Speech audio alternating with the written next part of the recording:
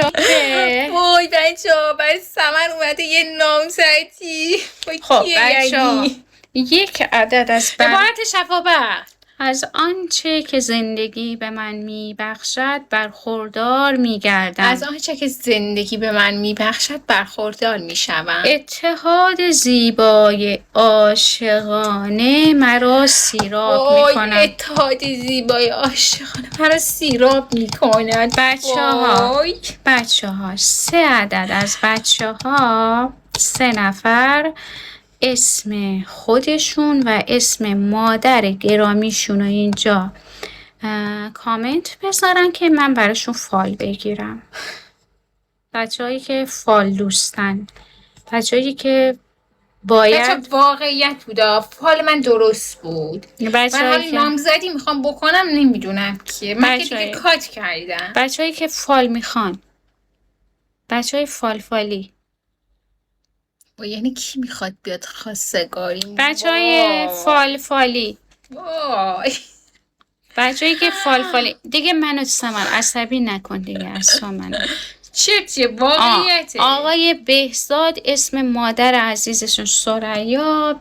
آقای بهزاد کارت اول. آقای بهزاد فرزند ثریا. محمد شهنازم بگیم. آیسته دیگه. الان بهزاد مادر گرامی ثریا. بذارید شهناز بندش باید بگیرم. بهزاد ثریا خیلی میگه توی تنگنای عاطفی هستی. بی خانمانی و فقر دارم میبینم بهزاد. تنهایی و رنج داری. میگه که شما داری نوعی جدایی و تنهایی رو و محرومیت رو سپری میکنید.